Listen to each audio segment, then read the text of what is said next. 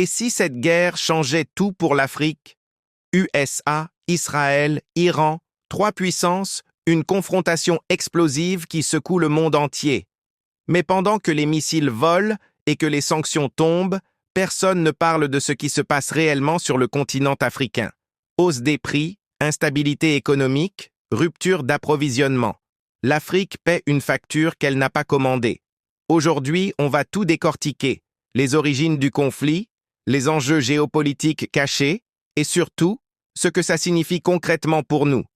Reste jusqu'à la fin, parce que ce que tu vas entendre va changer ta façon de voir le monde. Effectivement, dans des véhicules climatisés, etc., apprennent à circuler sans la climatisation, parce qu'avec la climatisation, s'il faut nécessairement aller à véhicule, il faut effectivement... Et il faut que nos fonctionnaires apprennent à se lever tôt pour prendre les bus et marcher. Descendre effectivement à quelques mètres effectivement de leur service et marcher. Ça va leur donner la santé et ça va donner la santé, la résilience au pays. Donc, ce n'est pas par génération spontanée que le gouvernement va aller créer de l'argent pour permettre effectivement à ce que nous maintenons notre rythme de vie. Il faut changer le rythme de vie.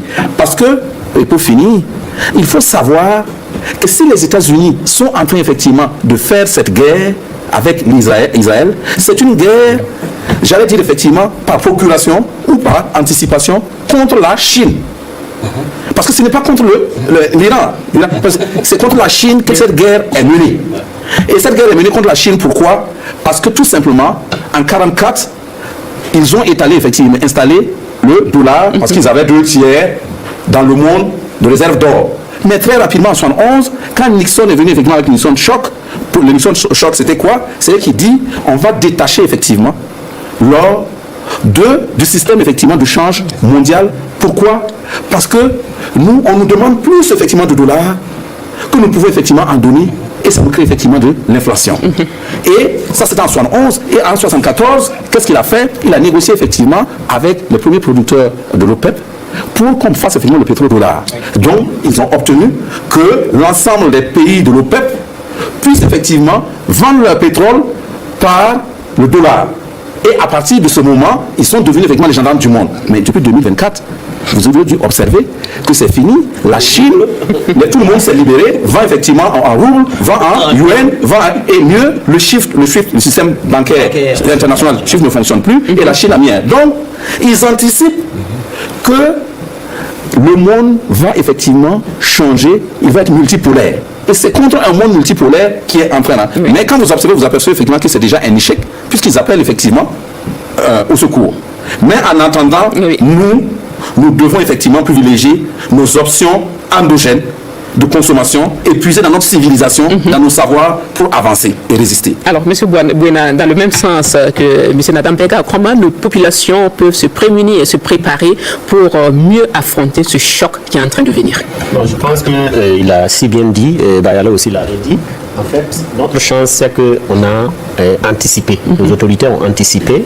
Et donc, nous devons tout simplement apprendre à vivre africain pour vivre mieux, comme disait le président Sankara. Et il a donné des astuces. Déjà pour le carburant, si on fait le covoiturage, on diminue les véhicules à la maison, tous ceux qui peuvent aller à bus vont à bus. Et le besoin d'électricité dans les familles, si on peut remplacer par le solaire, etc., ce sont des moyens. Et je voulais dire que par rapport au pétrodollar, comme le disait l'économiste là, c'est l'une des raisons de cette guerre. Voilà, parce que l'Iran a commencé à vendre son pétrole à la Chine sans passer par le dollar. La Russie vend sans passer par le dollar. Et les États-Unis ont vu que si ça continue, même leur allié, l'Arabie Saoudite, a commencé à vendre à la Chine sans passer par le dollar. Et je pense que pour le moment, ce n'est pas un succès. Et si ce n'est pas un succès, je pense que le dollar ne sera pas apprécié comme eux ils le veulent et qu'il n'y aura pas un contre-coup par rapport à notre économie. Et donc, cette guerre impérialiste qui a été imposée à l'Iran là, ce n'est pas à l'Iran seulement. Lui, il a parlé du Venezuela. Et vous avez parlé de l'hiver noir. Vous avez vu ce que les Européens aussi ont montré leurs ambitions par rapport à l'Afrique.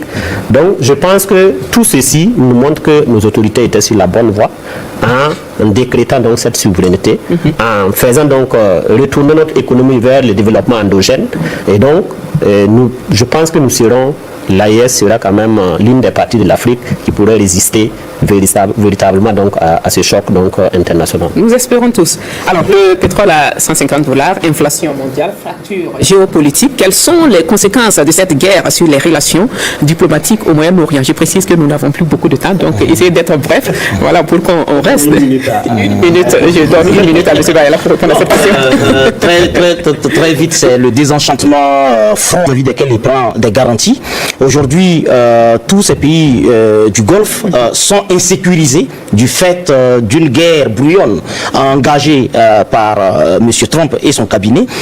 Mais c'est aussi et surtout que désormais, ces pays, il y a quelque chose de très avantageux. Ça va créer le sentiment de réchauffer le devoir d'une coopération plus étroite entre les pays du Golfe, entre les pays au niveau du Moyen-Orient, parce que ils avaient sous-traité ça avec les États-Unis. Et désormais, on sait de quel côté se trouve la force. La force se trouve en Iran. Aujourd'hui, l'Iran, à lui tout seul, tient à respect militairement l'ex-puissance militaire américaine et son vassal, l'entité israélienne, et aussi parvient à défier toute la technologie de stoppage de missiles, le système THAAD jusqu'au dôme de fer qui semble être devenu un dôme de papier perforable à souhait, et selon la quantité de missiles que l'Iran en tout cas souhaite envoyer, ça arrive à bon port. Mais c'est surtout dire que la sécurité de ces pays, le Bahreïn, l'Irak et tout le reste, alors dans les prochains jours, il y a un réchauffement des relations diplomatiques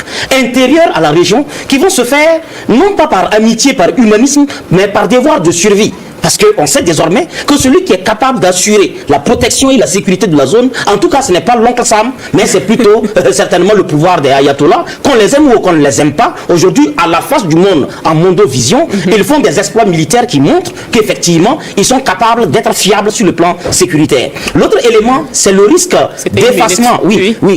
L'autre élément dans la zone, c'est un double risque. Le premier, c'est que Israël se soumette à son appartenance territoriale au Moyen-Orient, sans être une sorte de base militaire américaine projetée dans le Moyen-Orient.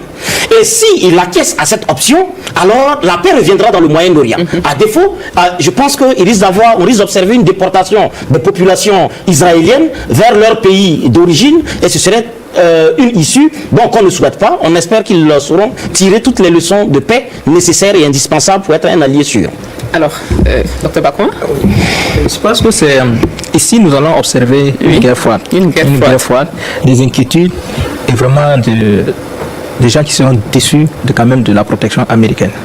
Parce que l'Iran va se reconstituer avec ses réseaux, comme le Hezbollah, les Houthis, les milices en Irak et aussi d'autres partenaires. Bien sûr qu'ils sont en bonne relation avec les pays du Sud, comme les pays comme la Russie et bien sûr la Chine. Et puis, de l'autre côté, c'est l'Israël qui sera soit entre l'action militaire ou l'isolement dans la région. Parce que d'un moment à l'autre, les Américains seront fatigués de la guerre, ils vont se retirer. Donc, l'Israël risque d'être isolé sur le plan diplomatique.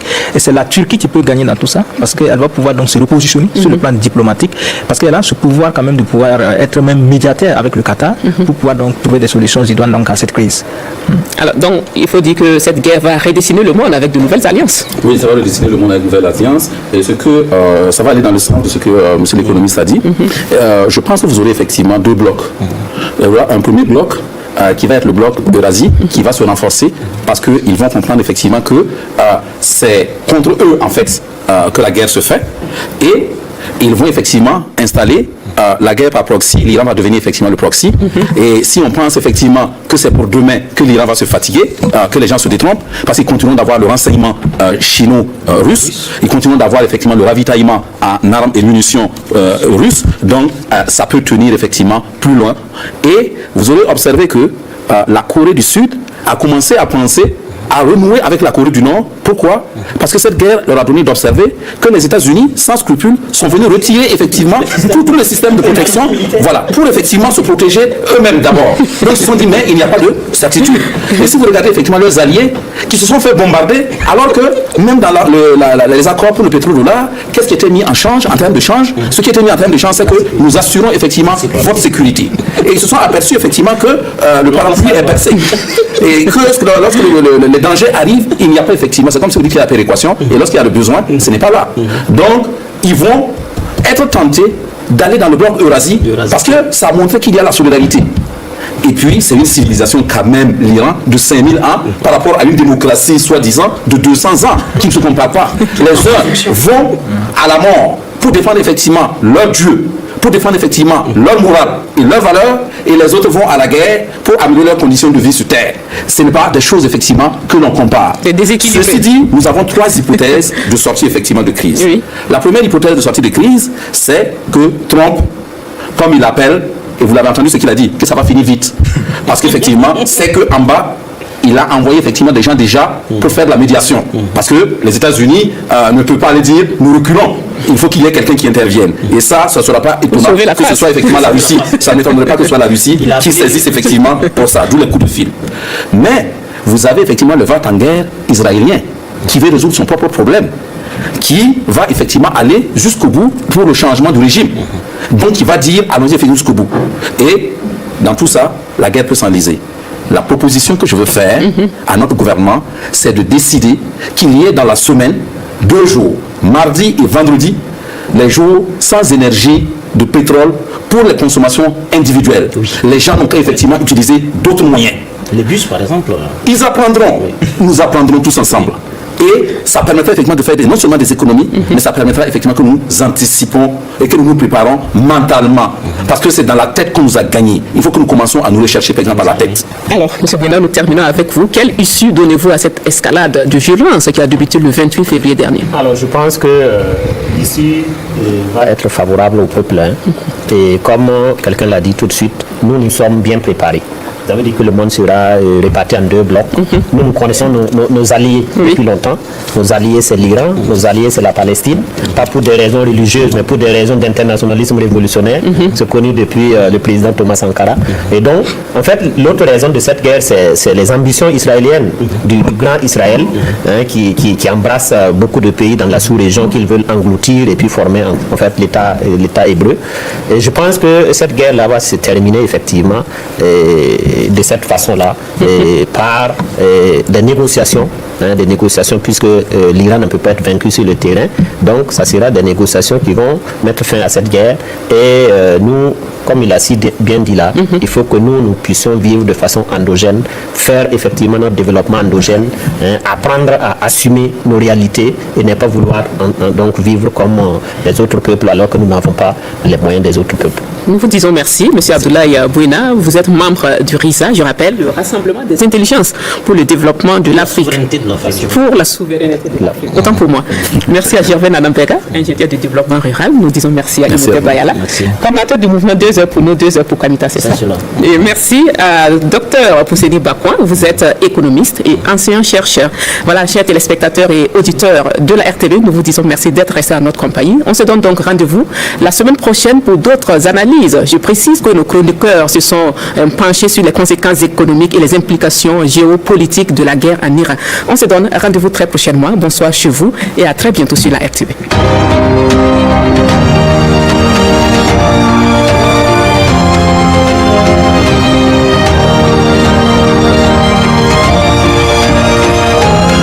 USA, Israël, Iran, ce conflit est loin d'être terminé, et ses conséquences pour l'Afrique ne font que commencer.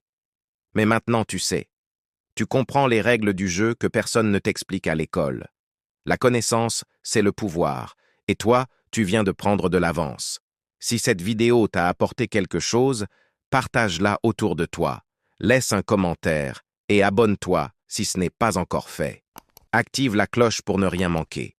On se retrouve très bientôt pour une nouvelle analyse. Prends soin de toi.